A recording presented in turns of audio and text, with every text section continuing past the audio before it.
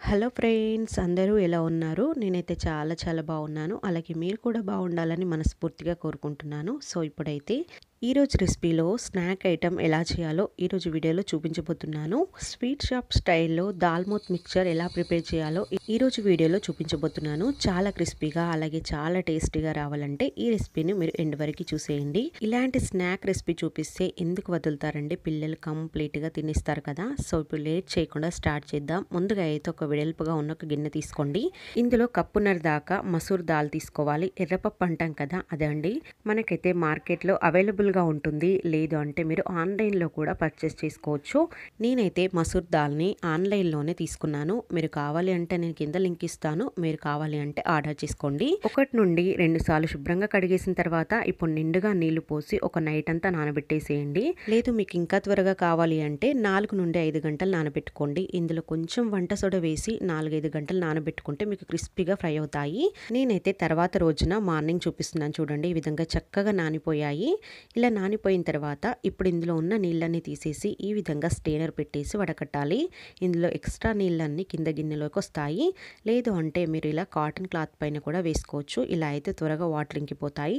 ఎందుకంటే మనం ఆయిల్లో వేస్తాం కాబట్టి ఆయిల్ చిల్లకుండా ఉండాలి కదా. అలాగే క్రిస్పీగా రావాలి అంటే ఈ తడి అంతా ఆరిపోవాలండి. ఇవి ఆరడానికి 4 నుండి 5 నిమిషాల టైం తీసుకుంటుంది. ఇక్కడ చూడండి, పూర్తిగా నానిపోయిన తర్వాత చూపిస్తున్నాను. ఈ విధంగా మనం నొక్కి చూస్తే పొట్టు ఊడి రావాలండి. అంత చక్కగా నానబెట్టుకోవాలి. తడి ఆరేలోపు ఇప్పుడు ఒక గిన్నె తీసుకొని ఇప్పుడు ఇందులో 1 కప్పు దాకా శనగపిండి తీసుకోవాలి. ఇలా శనగపిండి యాడ్ చేసిన తర్వాత ఇప్పుడు వాటర్ కొద్దిగా యాడ్ చేసుకుంటూ పల్చగా కలుపుకోవాలండి. మరీ గట్టిగా ఉండకూడదు, అలాగని మరీ పల్చగా చేయకూడదు. ఇలా ఉండాలండి. చేతికి అతుక్కోకుండా 1 టీ స్పూన్ దాకా ఆయిల్ వేసుకోండి. పిండి చేతులకి అతుక్కోకుండా ఉంటుంది. ఈ విధంగా ఉండాలి. పిండి మొత్తం కలిపేసాక చూపిస్తున్నాను చూడండి. ఈ విధంగా కొంచెం పల్చగా రావాలి అంతే. తర్వాత జంతికలు చేసే బిల్ల ఉంటుంది కదా, ఈ విధంగా గుట్టంలో వేసిన తర్వాత పిండిని ఈ విధంగా స్లోగా పెట్టేసేయండి. దాల్మోత్ మిక్చర్ చేయడానికి సన్నటి పూస కూడా వేయాలి కదా, అందుకోసం ఈ విధంగా చిల్లులు ఉన్న చిన్న బిల్ల పెట్టేసి ఈ విధంగా పిండిని మెత్తగా కలుపుకొని జంతికల గుట్టంలో ఈ విధంగా పిండి యాడ్ చేసి మూత టైట్గా పెట్టేసి రెడీగా పక్కన పెట్టుకోండి.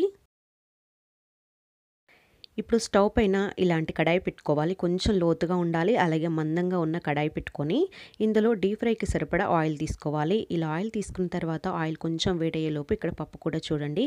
ఈ విధంగా పూర్తిగా తేమంతా ఆరిపోవాలండి. ఇక్కడ చూసారు కదా, ఇలా వచ్చిన తర్వాత ఈ విధంగా ఫ్రై చేయడం కోసం నేనైతే స్టెయినర్ పెట్టుకుంటున్నాను. డైరెక్ట్గా వేసి ఫ్రై అయిన తర్వాత తీయడానికి కొంచెం కష్టమవుతుంది కదా, అందుకోసం ఈ విధంగా ఇలా చిన్నగా చిల్లులు ఉన్న స్టెయినర్ పెట్టేసి ఈ విధంగా ఫ్రై చేసుకోండి. ఇవి ఫ్రై అవ్వడానికి 3 నుండి 4 నిమిషాల టైం తీసుకుంటుంది. స్టవ్ని మీడియం ఫ్లేమ్లో పెట్టేసుకొని ఈ విధంగా చక్కగా ఫ్రై చేసుకోండి. అలాగే ఫ్రై చేసేటప్పుడు మధ్యలో చెక్ చేసుకోవాలి. ఎందుకంటే క్రిస్పీగా అయ్యాయో లేవో మనకి అర్థం అవ్వాలి కదా, అందుకోసం మీరు ఇలా స్పూన్తో తీసుకొని ఒక చిన్న ప్లేట్ పక్కన పెట్టుకొని చూసుకోండి. ఒకసారి నోట్లో వేసుకొని చూస్తే అర్థమవుతుంది క్రిస్పీగా అయ్యాయో లేదో. లేదు అంటే ఇలా పలుకులుగా బయటకు వచ్చినట్టుగా కనిపిస్తుంది. చూసారు కదా, ఇలా ఉన్నప్పుడు ఇలా స్పూన్తో కొంచెం అటు ఇటు అన్నారనుకోండి, ఎక్స్ట్రా ఆయిల్ అంతా కిందకు వచ్చేస్తుంది. ఇప్పుడు వీటిని టిష్యూ ఉన్న ప్లేట్లోకి తీసుకోవాలి. ఇలా వేసిన తర్వాత ఇప్పుడు మిగతా వాటిని కూడా ఇలానే ఫ్రై చేశాను. ముందుగా 1 కప్పు ఫ్రై చేశాను కదా, మళ్ళీ ఇంకొక కప్పు దాకా ఫ్రై చేస్తున్నాను. ఇలా ఒక్కొక్క కప్పు యాడ్ చేసుకుంటూ ఫ్రై చేసుకోండి. అన్నీ ఒకేసారి వేసారనుకోండి, ఫ్రై అవ్వడానికి కొంచెం టైం ఎక్కువ తీసుకుంటుంది. ముందుగా తీసుకున్న పప్పు 1.5 కప్పు దాకా తీసుకున్నాను కదా, అది పూర్తిగా నానిపోయిన తర్వాత 3 కప్పుల పైన ఇంత వచ్చిందండి. ఇది 1/2 కప్పు దాకా ఉంటుంది. 3 కప్పుల పైన ఈ విధంగా వచ్చిందండి. ఎందుకంటే నానబెట్టాక కొంచెం క్వాంటిటీ పెరుగుతుంది కదా. తర్వాత 1/2 కప్పు పల్లీలు, 1/2 కప్పు శనగపప్పు వేసి వీటిని కూడా స్టవ్ని మీడియం ఫ్లేమ్లో పెట్టేసుకొని ఫ్రై చేసుకోవాలి. ఇవి ఫ్రై అవ్వడానికి 2 నుండి 3 నిమిషాల టైం తీసుకుంటుంది. ఈ విధంగా చక్కగా ఫ్రై చేసుకోండి. మరీ ఎక్కువసేపు ఫ్రై చేశారనుకోండి టేస్ట్ మారిపోతుంది, అందుకోసం చూసుకొని ఫ్రై చేసుకోవాలి. ఇప్పుడు టిష్యూ ఉన్న ప్లేట్లోకి తీసుకొని పక్కన పెట్టుకోండి. జంతికల గొట్టంలో పిండి ముందుగానే నింపి పెట్టుకున్నాం కదా, దాన్ని ఈ విధంగా ప్రెస్ చేయండి. స్టవ్ని లో ఫ్లేమ్లో పెట్టేసి ఇలా వేసిన తర్వాత ఒకవైపు కాలిన తర్వాత రెండో వైపు మార్చుకొని ఈ విధంగా లైట్ గోల్డెన్ షేడ్ వచ్చిన తర్వాత ఇప్పుడు దీన్ని కూడా పక్కకు పెట్టేసేయండి. ఇప్పుడు మిగతా పిండి కూడా ఈ విధంగా చేయండి. మనం తీయడానికి కొంచెం ఇబ్బందిగా ఉంటుంది కాబట్టి ముందుగా స్టెయినర్ పెట్టాను కదా, అలానే చేస్తున్నాను. ఈ విధంగా స్టెయినర్ పెట్టేసి ఇలా చక్కగా ఫ్రై చేసుకున్న తర్వాత ఒక్కసారి స్పూన్తో అటు ఇటు అన్నారనుకోండి, 2 వైపులా చక్కగా ఫ్రై అయిపోతాయి. ఇప్పుడు వీటిని కూడా టిష్యూ పేపర్లోకి తీసుకొని పక్కన పెట్టేసేయండి. ఈ విధంగా మొత్తం చల్లబడిన తర్వాత ఎంత క్రిస్పీగా వచ్చాయో చూడండి. ఇలా క్రిస్పీగా ఫ్రై చేసుకోవాలి. వీటన్నింటిని మిక్స్ చేయడం కోసం ఇలా మిక్సింగ్ బౌల్ తీసుకొని ఇందులోకైతే యాడ్ చేసుకోవాలి. ఈ విధంగా ముందుగా పప్పు యాడ్ చేసిన తర్వాత పల్లీలు అలాగే శనగపప్పు యాడ్ చేసేసి జంతికలు ముందుగా ఫ్రై చేసాం కదా, వాటిని విధంగా నొక్కి పెట్టుకోవాలి. చిన్న చిన్న ముక్కలుగా చేసుకోవాలి ముందుగా. ఇప్పుడు వీటిని కూడా ఇందులోనే యాడ్ చేసుకోవాలి. ఇలా యాడ్ చేసిన తర్వాత ఇందులో ఒక 1/2 టేబుల్ స్పూన్ కారం, ఒక 1/2 టీ స్పూన్ దాకా ఉప్పు తీసుకుంటున్నాను. మీరు టేస్ట్ చూసుకొని లాస్ట్లో కూడా యాడ్ చేసుకోవచ్చు. అలాగే ఒక 1/2 టీ స్పూన్ ధనియా పౌడర్ వేస్తున్నాను. 1/2 టీ స్పూన్ మిరియాల పొడి వేసి ఇప్పుడు వీటన్నింటిని టాస్ చేసుకోండి. ఈ విధంగా మొత్తం ఇలా కలిసే విధంగా ఈ విధంగా మిక్స్ చేసుకోవాలి. ఇలా ఒకసారి మొత్తం అంతా చేత్తో కలిపేస్తే చూడండి ఎంత క్రిస్పీగా కనిపిస్తున్నాయో. మీకు స్వీట్ షాప్ స్టైల్లో రావాలి అంటే ఇలా తప్పకుండా ట్రై చేసి చూడండి.